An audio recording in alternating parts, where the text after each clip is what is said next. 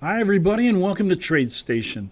Today, TradeStation puts the spotlight on Dan Gramza. Dan Gramza of dangramza.com. Is the president of Gramza Capital Management and DMG Advisors. He's a trader, consultant to domestic and international clients, an advisor to hedge funds, and he's a developer of ETF securities. My name is Don Prattle. Today, we're going to talk about futures trading and offer a 2018 mid-year update. Craig Bewick of the CME was expected to be with us, but he's running into a little bit of a delay. If he joins us later, we'll be happy to introduce him right then. Now, Dan Gramza develops and presents worldwide public and private courses on essential mental techniques for traders, Japanese candle analysis, market profile, technical analysis, options and options trading. In fact, there's probably not a topic in the trading and education genre that he cannot explain. So we're very lucky to have him with us today. And so I'll turn things over to Dan right away. Now, a little bit of record keeping that we need to run through. First of all, our presentation is an educational enterprise.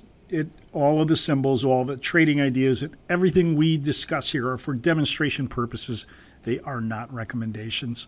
This presentation is not an offer or a solicitation of any kind, any place where a TradeStation affiliate is not authorized to do business, including but not limited to Hong Kong and Japan. Remember that active trading is not suitable for everybody, and options trading also carries a high degree of risk. It may not be suitable for all traders. I've included in the chat panel a couple of pieces of disclosure information regarding the asset classes, including futures, that we trade here at TradeStation, and I urge you to take a look at those items at your convenience.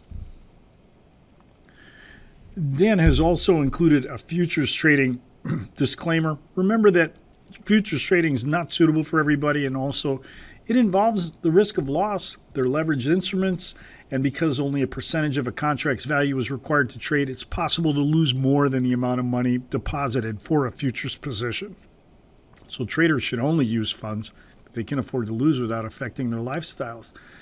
And only a portion of those funds should be devoted to any one trade because they cannot expect to profit on every trade.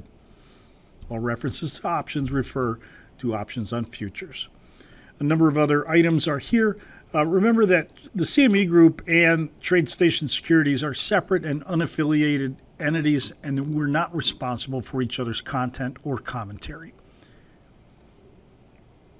Which brings us to the star of our show, Mr. Dan Gramza. I'll turn things over to him right now. Thanks for helping us out today, Dan. We really are looking forward to hear your take on the state of the market here in the middle of 2018.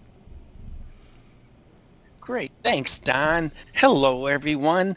I'm really excited about exploring these topics today. You know, we have so much going on in the markets, and it is an interesting way to see how this capital flows back and forth. But before I do that, I do want to mention to you, in line with what Don just said, that I'm not affiliated with TradeStation or the CME Group. They're not endorsing anything I'm going to share with you today. These are ideas that I find helpful, and I hope you do as well. You can see here the slide, daily market commentary. On the TradeStation, I also produce, as well as other people, as you can see here, I also produce a daily video, covers 22 markets. In fact, I just finished doing it for tomorrow's markets. It looks at some of the things we're going to be talking about today. And so that's available. You know, TradeStation provides a tremendous amount of information, and you do want to take advantage of it. Obviously, you're sensitive to that because you're here today for us to explore these topics together. Well, let's get going. My background, just to give you that, comes from a floor point of view. I think of it as, when I look at a chart, representing the action that you would see on the floor. And it gave me insight. When I saw these connections, I was no longer interested in being on the floor. And that's what I want to share with you today. They are references that I found helpful. But you know something? with today's technology, with what TradeStation gets us to work with, you no longer need to be on the floor. You know, I could be sitting in my backyard right now trading the market. That's what's so amazing about the time and the technology evolution that you and I are living in. It truly is amazing.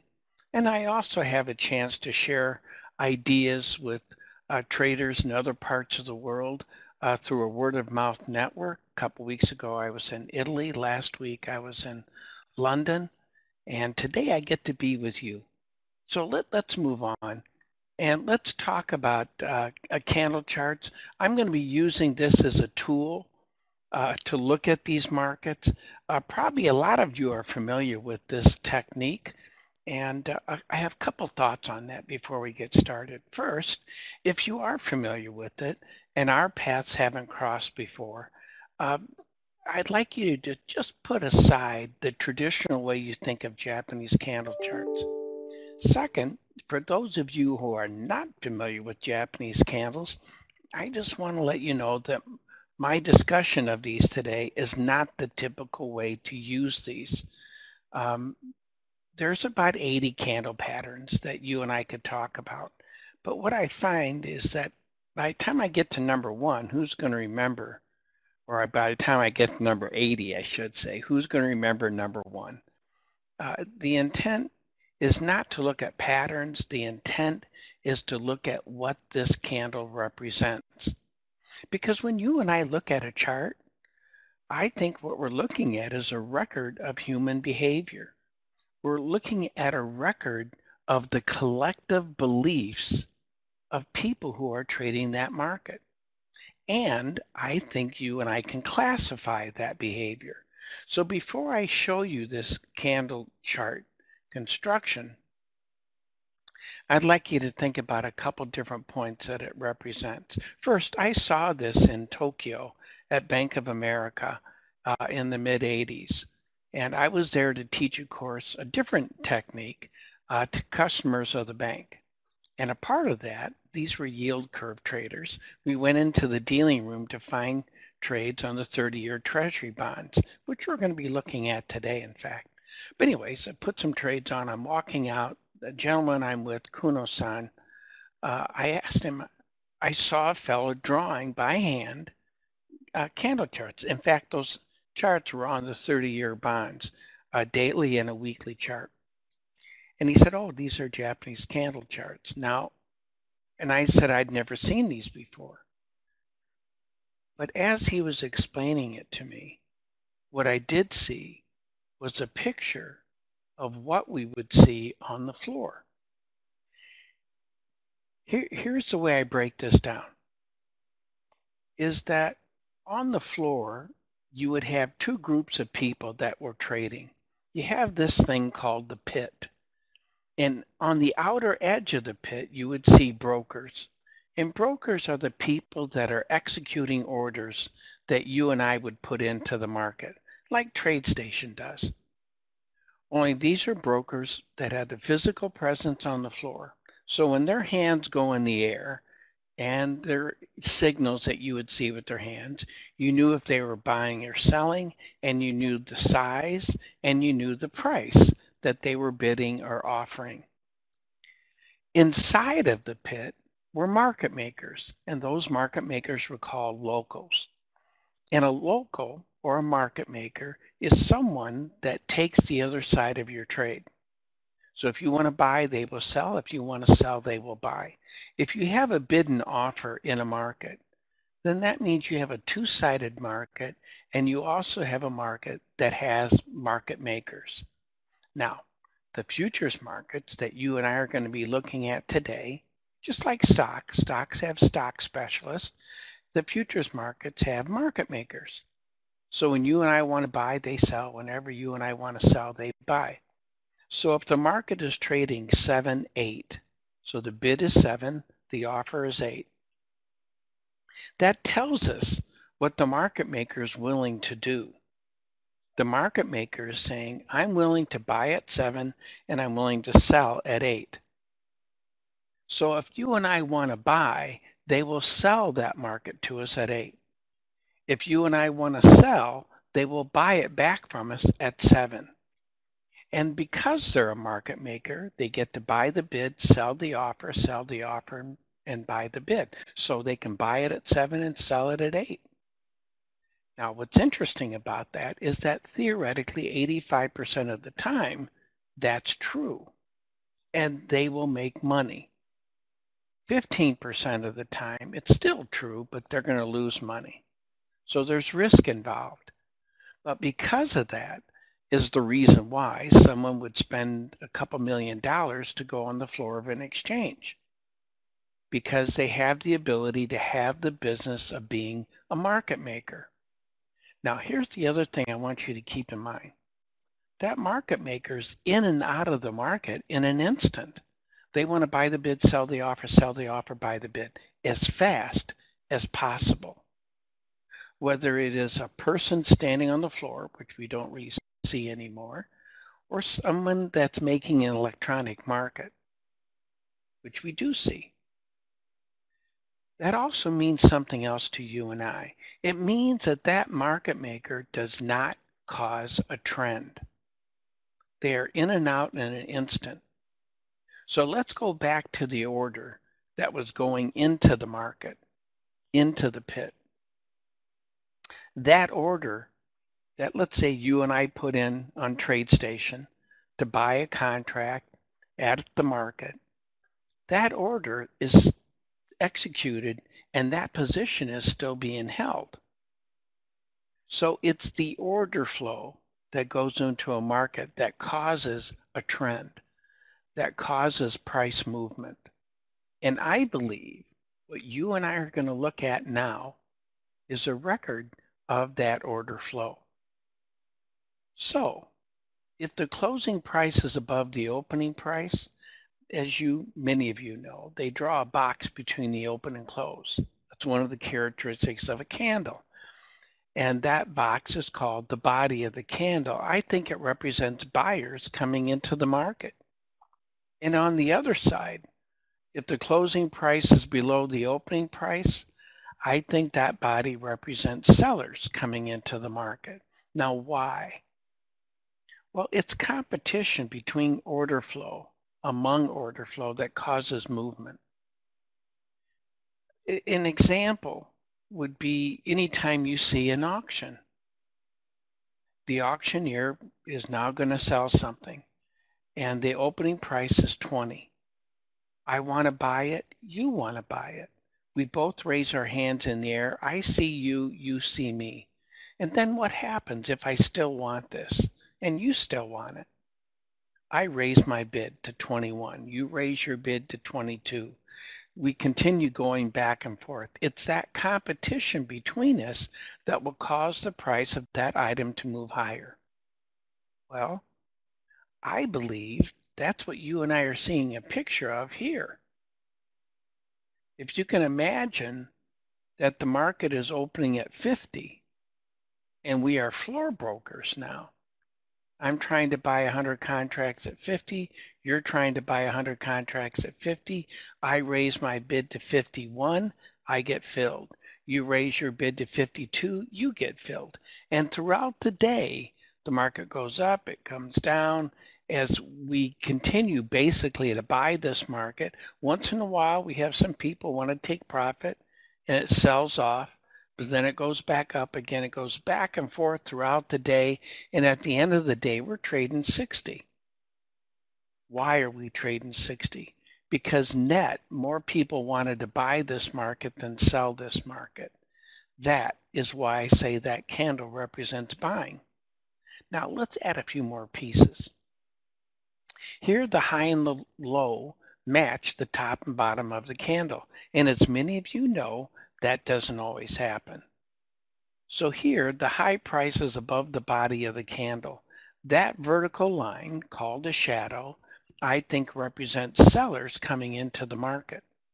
And on the downside, that vertical line that you see on the bottom, called a shadow, I think represents buyers coming into the market.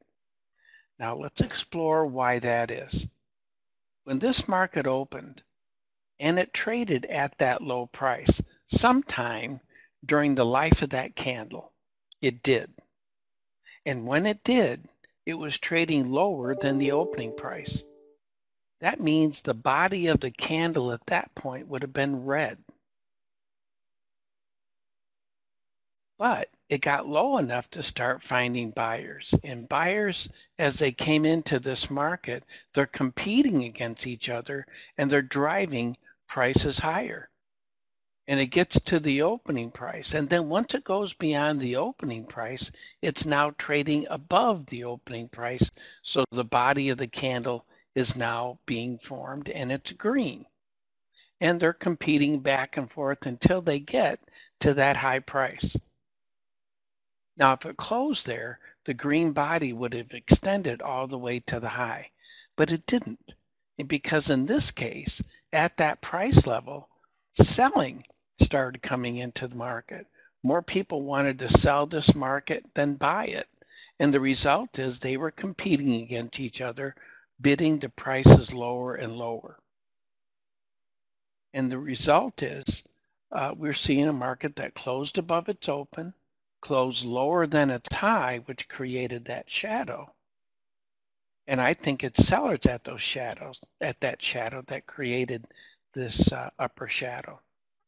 Now, here's a couple things I'd like you to keep in mind as you and I start going through the markets, because that's what we're going to do here in just a couple minutes. What these different characteristics of the candle represents. The overall range from the top, from the high down to the low, that range represents a market volatility, a rough, raw measure of volatility.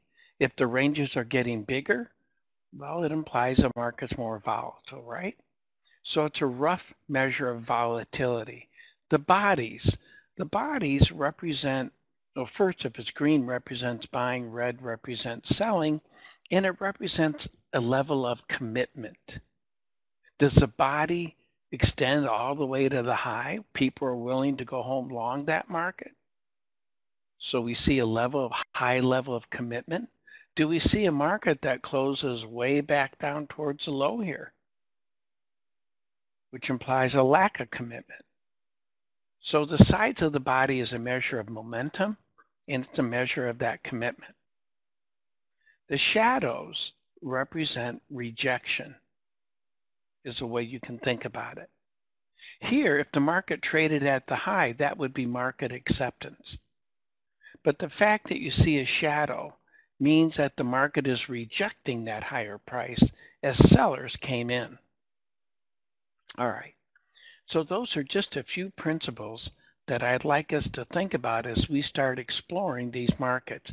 I also want to mention to you, we're going to be looking at, in August, intermarket capital flows.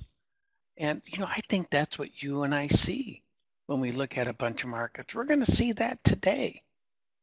What is that money that flows? If it goes away from the stock market and the stock market goes down, where does it go?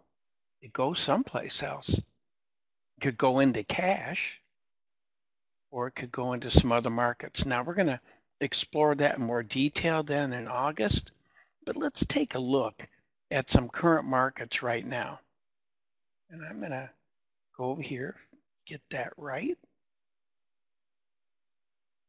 And hopefully in a second here, you're going to see a bunch of charts. Now, let me explain to you what we have here. By the way, these are basically the markets that I go over in that daily video. And what we're looking at here on the top, upper left, we're looking at the stock market. So we have S&P, next to that NASDAQ, next to that the Dow, and next to that the Russell. Then we have currencies, the Euro, the Swissy, Japanese yen. Second row left, we have Aussie dollar, British pound, Canadian dollar. Then we have 5-year notes, 10-year notes, 30-year bonds, gold. And then bottom row left, we have silver, copper, crude oil, natural gas, And then the ags, we got soybeans, corn, and wheat. Well, let's start up here in the upper left-hand corner. What's interesting is that you can see these stock indices seem to be moving just a little bit differently in some ways. You know, the S&P is basically closing at its high. The NASDAQ, a little bit of a struggle here. We can see both buying and selling present. We don't see that green body like we see in the S&P. The Dow, actually a nice clean, very similar to the S&P. The Russell, on the other hand, actually backed off a little bit. What's going on there? And what's going on there is the construction of these indices. You know, they all reflect different ways that the market will absorb information. For example, one of the things you want to keep in mind when it comes to the S&P, 45% of its income comes offshore. So right there, it tells us that things that happen in other parts of the world can have an impact on the earnings, if it can, on the S&P. We're going to see it reflected in that market. And it's the most common benchmark that's used for managed money, by the way. In other words, if you and I were managing money, the typical benchmark that we would be measured against is whether or not we beat the S&P. But also, let's talk about some fundamental drivers going on here before we get into details with other markets, because fundamentals, I think, are very important. A lot of technical traders say, well, you know, you don't need to worry about fundamentals because this price absorbs all that information about fundamentals. I think that's true. It does. But I do want to understand the dynamics behind it. Fundamentals create beliefs, right? When you hear something about a market, a part of what will stimulate you to buy that market is what you've heard about it, your expectations for the future. And fundamentals can help shape that belief, that expectation. So I think they are important. I want to get a feel for what's driving the market. Let's just talk about some of the things we had here. First, Friday, we had some good employment numbers, unemployment numbers, and you can see this is Friday here in the S&P. We had a fairly strong move. So that helped stimulate the market. What was also interesting, and I got to tell you, this is what fascinates me about futures, is that these trade almost 24 hours a day. So here's what it allows us to do. Is that at 5 o'clock on Sunday night, Chicago time, the market starts to trade. Futures start to trade because that's Monday morning in Asia.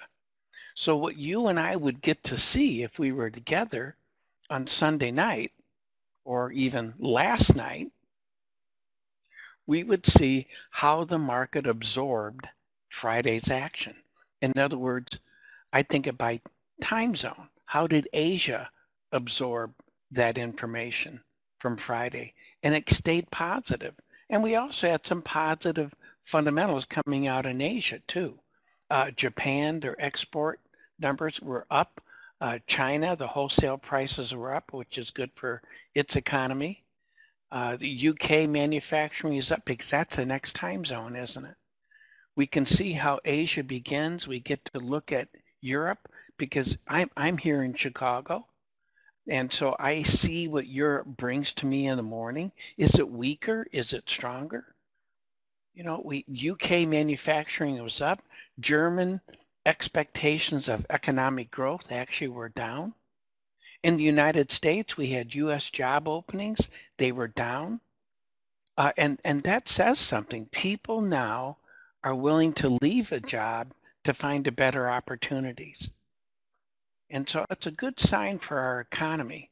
You know, right now, we have more job vacancies than we do people. And it's the first time we've had that since 2000.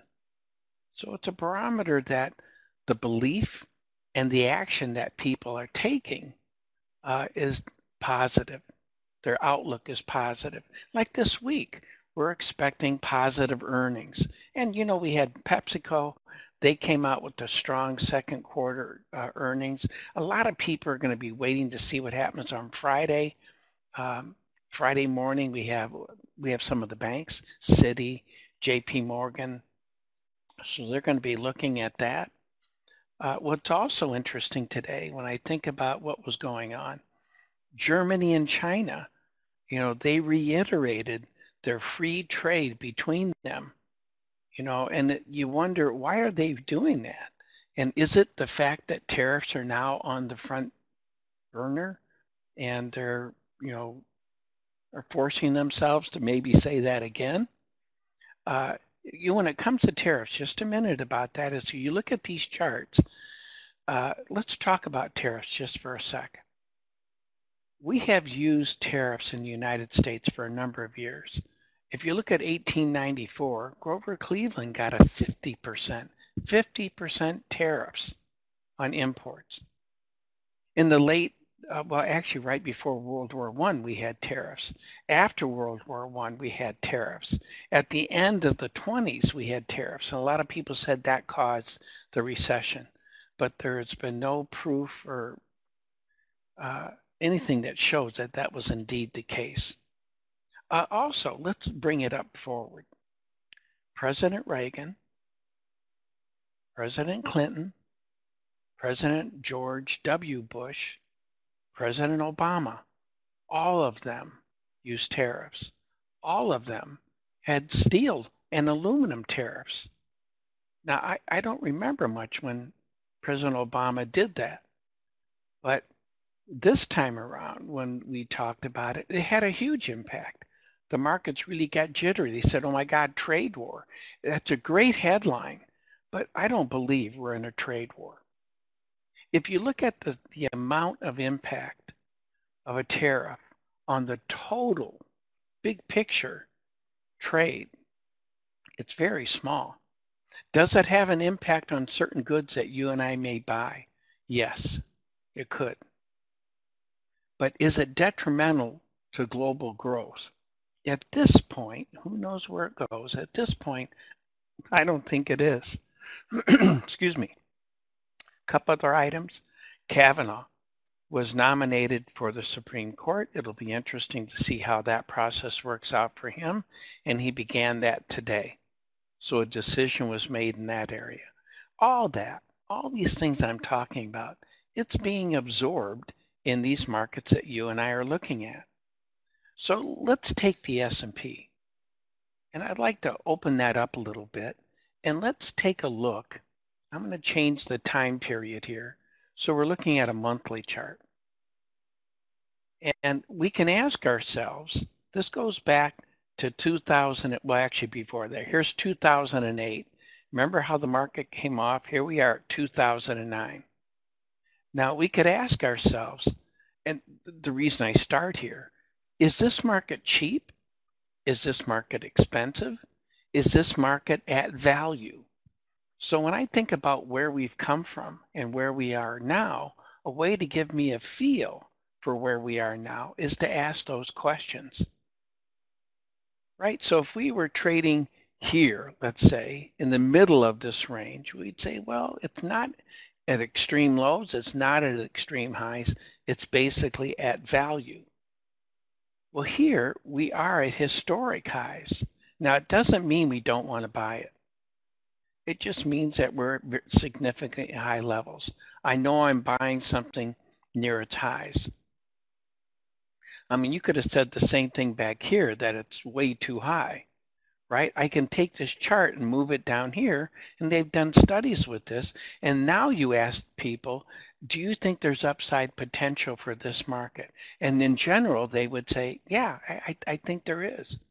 If you ask them the same question, do you think there's upside potential in this market? They'd say, no, I think it's at an extreme level.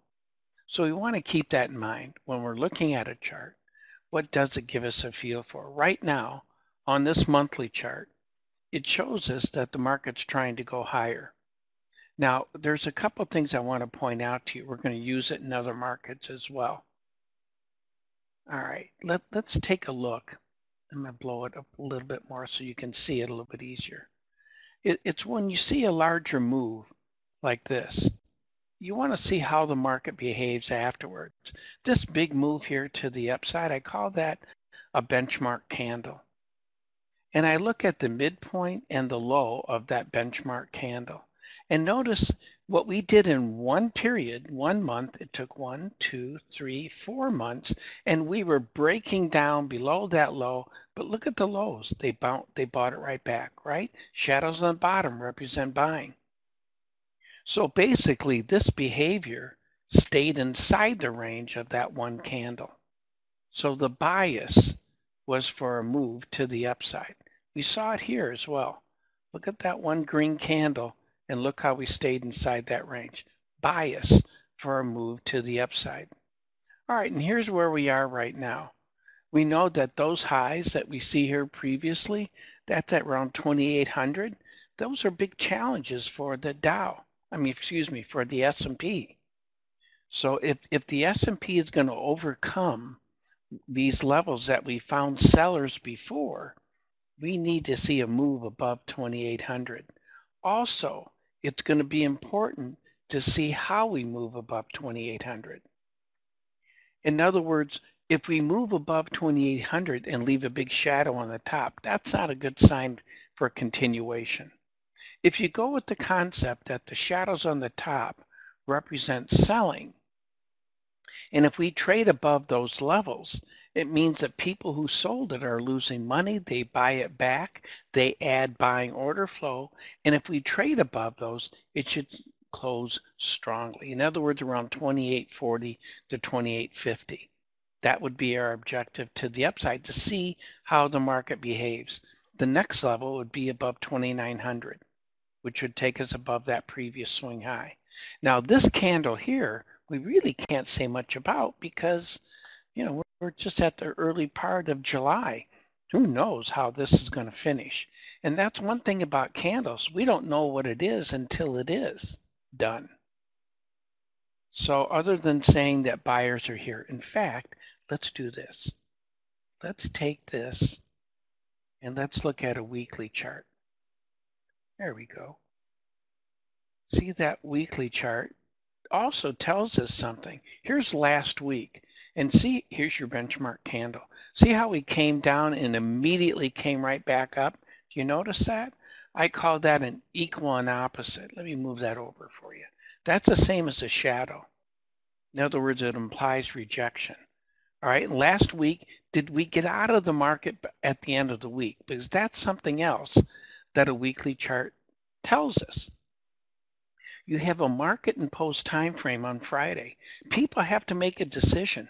Do I hold this market until Sunday night? Or if I'm trading stocks till Monday morning, do I want 2.5 days of exposure? Well, maybe not. And so on Friday, everybody gets out. We see the market coming down after it was up all week. Or do we see a market like last week? It closes basically at a tie. Were people willing to go home long the S&P over the weekend? I think so. At least it implies that. And so far this week, we've made new highs, but notice where we found sellers. Here, let me show you this a little bit better. Where we found sellers before, son of a gun, we found them again right here. So on this weekly chart so far, we're seeing that kind of action. So weekly charts are really an interesting tool to give us insight into what the market's doing. Here's today. And we can see that the S&P got a little bit weaker. It made new highs. We had some positive things coming out, and we can also see that it's backed off. So what does that mean to us? Does that mean we're going to have a down day tomorrow? It very well could. What you want to watch is Asia. See how Asia behaves. And what does Europe bring to us? So those are clues that we could look at to see how the market's absorbing that information. If we look at where it's finding sellers, well, found sellers right where it found them before. So there's nothing too radical about that. It's around 27.98 or so that we found that selling coming into the market. It does imply a down move. Here's your benchmark candle.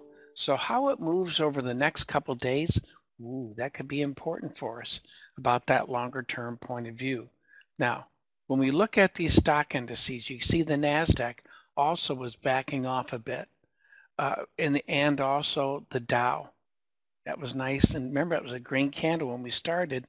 And you look at the Russell. Now, part of what changes how the market reacts, these four indices, is the composition of the index itself. The Russell 2000 is what we're looking at. So it looks at mid cap and small cap stocks. And oftentimes they aren't reacting the same way the other indices are because of that composition. So it's an interesting way to look at these indices. So right now we're seeing some weakness coming in these markets, but will it follow through? Now, from my point of view, long term now, I'm positive on the stock market. I think fundamentals domestically and globally are still in play to keep this market moving. I know we're at significant levels, but I don't see fundamental weakness that's coming out. I also don't believe that the tariffs are going to cause a global collapse. I feel that things will be sorted out. One of the things that tariffs do, and we've seen it so far, is people do come to the table to talk. Typically to say, doggone it, we don't want to go through this. The other challenge for our friends in China to handle a lot of tariffs, it's going to be tough, I think. If you look at some of the fundamentals in that country, they can only push that so far. And rightfully so. So far, they've said, well, if you do it to us, we're going to do it to you. But there are some challenges that come along with that financially for their economy. So we'll see how that sorts out. Now, let's talk about these currencies. So we're seeing some weakness here in the stock market. You know what we should do? Let's go right down to interest rates. Because where is this money going?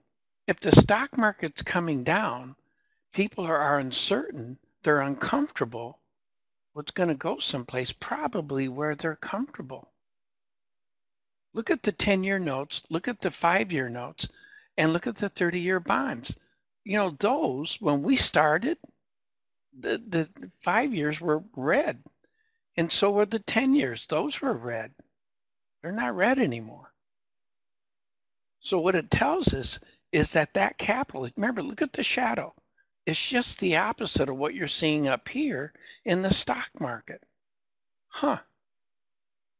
So from my point of view, the market is orderly. It makes sense. We're seeing capital flowing away from the stock market, and we're seeing it flow towards what people feel are less risk, which would be interest rate markets. So that's a risk-off trade that we're seeing here. Well, let's think about where else it could go.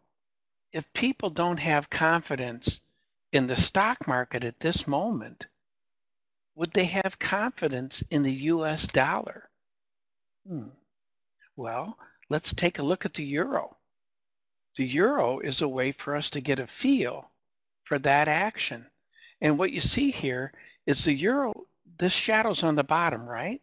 So that means buyers are coming into that market.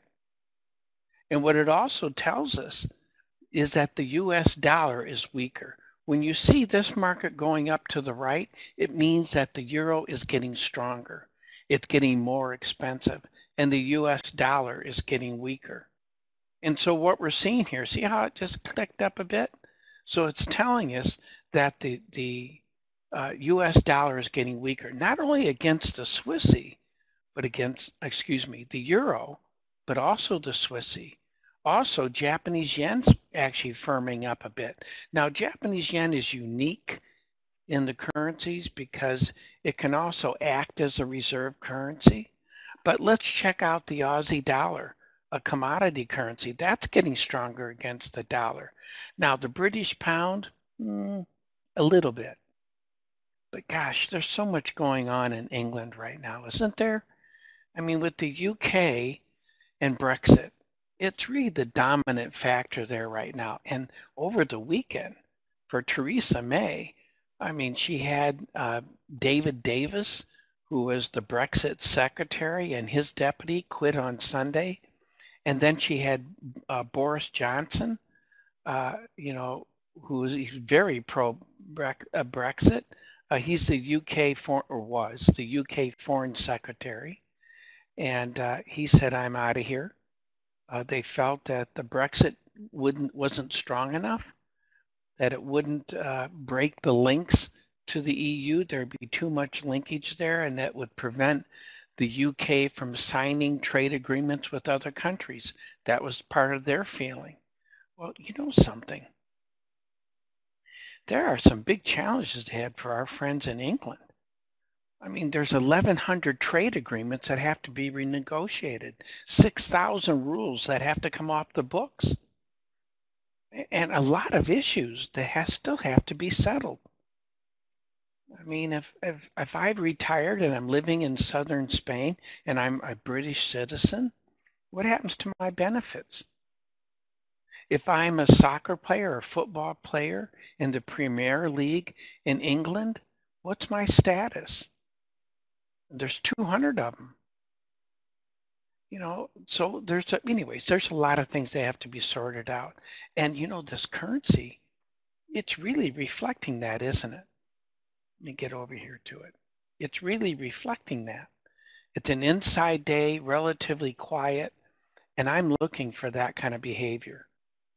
So for me, long term, British pound, I'm neutral on until they start making some more specific action. So I'm looking for a sideways move. Now here you see in these currencies, the US dollar is weaker against all these currencies. Long term, I'm bullish on the US dollar. Interest rates right here, we're trading price, by the way. Price is going up in 10-year notes, for example. I'm bearish, even though right now it forces us to evaluate a buying decision. And in my videos, I do get people saying to me, well, Dan, you say you're bearish, but you just bought the market. Remember what I said before. I'm expressing an opinion. My opinion does not put money in my pocket and take money out of my pocket. Price does. So my final determination is if price goes higher, it forces me to buy it. It's the way I look at it. I need to go with that flow. I'm not here to buck against the 10-year notes. If 10-year notes want to go higher, well, then I'd be on the long side of that market. But long term, I'm bearish on that market. Hey, well, we got some uncertainty going on out here, right? We got gold. Let's check out, is money flowing towards gold? Look at gold. Nada. I mean, look at gold over the last few days. It's basically been in a sideways market. You know, we're seeing shadows on both sides. I call those containment shadows. It sets up a neutral zone trade. You'll hear me talk about that in the video, for example, but that's what I'm referring to. We have the same thing up here with the euro. See that structure? Look at the shadows on both sides. It shows a market. I used to call that the broker's deck on the floor. It shows us where there's sell orders and it shows us where there are buy orders. And right now, neither one's dominant. So I think that's interesting. Well, wait a minute. Shouldn't we check out silver? Gee, silver down here, that looks the same as gold. So we're not seeing any dramatic change there. So does that mean the market isn't super bearish? And what about base metals? What about copper? Here's copper. Check out copper. Look where copper's come from. This is a market, by the way, that I'm bullish on. But you know, all the challenges that we've seen with China, it's really had an impact here. China is the largest consumer of copper. So you want to watch China manufacturing. You want to watch their consumption patterns because that really does have a big impact. China, United States, and Germany. So we want to pay attention to that. And I was looking for follow through to the upside. We're not seeing that. We're seeing some softness right now in this market. Is that reflective of the uncertainty the market may be feeling short term? Maybe so. It's fairly cheap, and we have a lot of copper out there right now from supply point of view. So let's put that back. Now, let's talk about crude oil. Crude oil, if you notice here, we're basically in a sideways market. In fact, let me just show you from a daily point of view. Move that over for you. So we've had a bit of a rally. You know, the OPEC got together and said, you know, we're going to cut back on our production cuts. And Russia was along with that too. And we can see that crude oil did firm up a bit. But bottom line, there's a lot of crude oil out there. There's no shortage. If you look at what's going on, even today, there's uncertainty out there on crude oil. You know, if you look at Iran, the sanctions are being reimposed on Iran. In fact, the Trump administration has said to other countries, by November, I don't want to see you purchasing any more crude oil from Iran. Now, China's going to purchase a lot of Iranian crude oil. But anyways, other countries could squeeze that back. Libya, Nigeria, Canada, there's some uncertainty there with production. If you look at, there's a strike going on now in Norway. So production from that part of the world could be at jeopardy. But, you know, Saudi Arabia's got an extra 2 million barrels a day of capacity. They can take care of, offset these issues. You know, if you look at Russia, Saudi Arabia, and the United States, those three countries are in a unique club. They all produce more than 10 million barrels a day. And in fact, you know, the projections right now, today that were released, in 2019, they expect the U.S. output to be 11.8 million barrels a day. If they do that, they would be the world's largest producer of crude oil. Now, if you look at, it's one thing to produce it, it's another thing to refine it. And what I found interesting is that, you know, if you look at the Gulf Coast, about 45% of our crude refining occurs in the Gulf Coast for the United States. And actually, we process a lot of heavy crude from Mexico in that area too. But if you look at that, right now the plans are to increase processing capabilities of shale oil in that area, in that region. ExxonMobil has made that announcement. And if you look at the last 25 to 30 years, a lot of people say nobody builds new refineries. That's true. But we've had over a 50% increase in production because what refiners do is they build on to what they have. To start a new refinery and to go through all the regulations it takes to do that, that's a trick. That's really difficult. So refiners don't do that. They do increase production, but they do it by expanding current operations. And so we're going to see some of that. Right now, just to give you a reference so you have a feel for this, is that the U.S. refinery capacity is 18.6 million barrels a day. And right now, our output is at a record level at 17.6 million barrels per day. So that means our capacity utilization, how much of our refining capacity are we using? It's fairly high. Now we have a little more wiggle room up to that 18.6 million barrels a day, because that's another thing that you and I want to think about when we're looking at this complex. Now, another thing that has an impact here is currency. It's the US dollar. If the US dollar is weaker, continues weaker, then you can look for upward pressure in crude oil. But I think it's too early at this point to really look for that. But so crude's interesting. I find it a fascinating market. It truly is globally used. You know, it's the world's largest traded commodity. It's fascinating in that regard. It's a complex but yet straightforward market. Since we're in energy, check out natural gas. Natural gas is falling out of bed. And natural gas is also a function of not only what we produce, but it's also a function of a demand.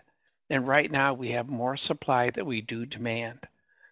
Something that's happening, though, that you and I should stay aware of in the United States is that we have the ability to export natural gas. We didn't have that just a few years ago. Remember when Russia was kind of squeezing Europe on natural gas? I mean, their prices there are like 3 times higher than what we pay here. Japan's another country.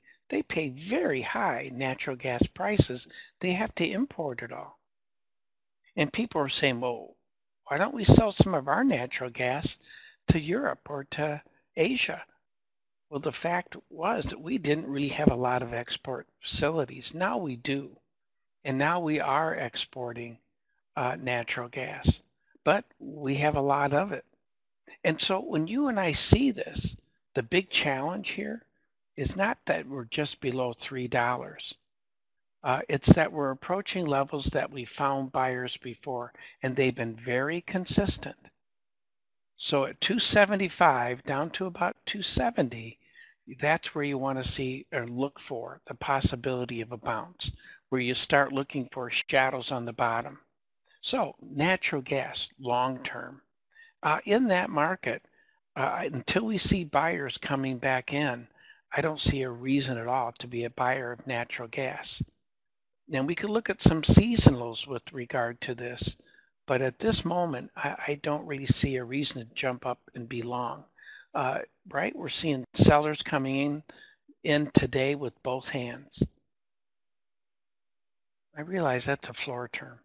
Both hands, what that means is if you were in the S&P pit and you raised one hand, it means you're doing 5 or less contracts.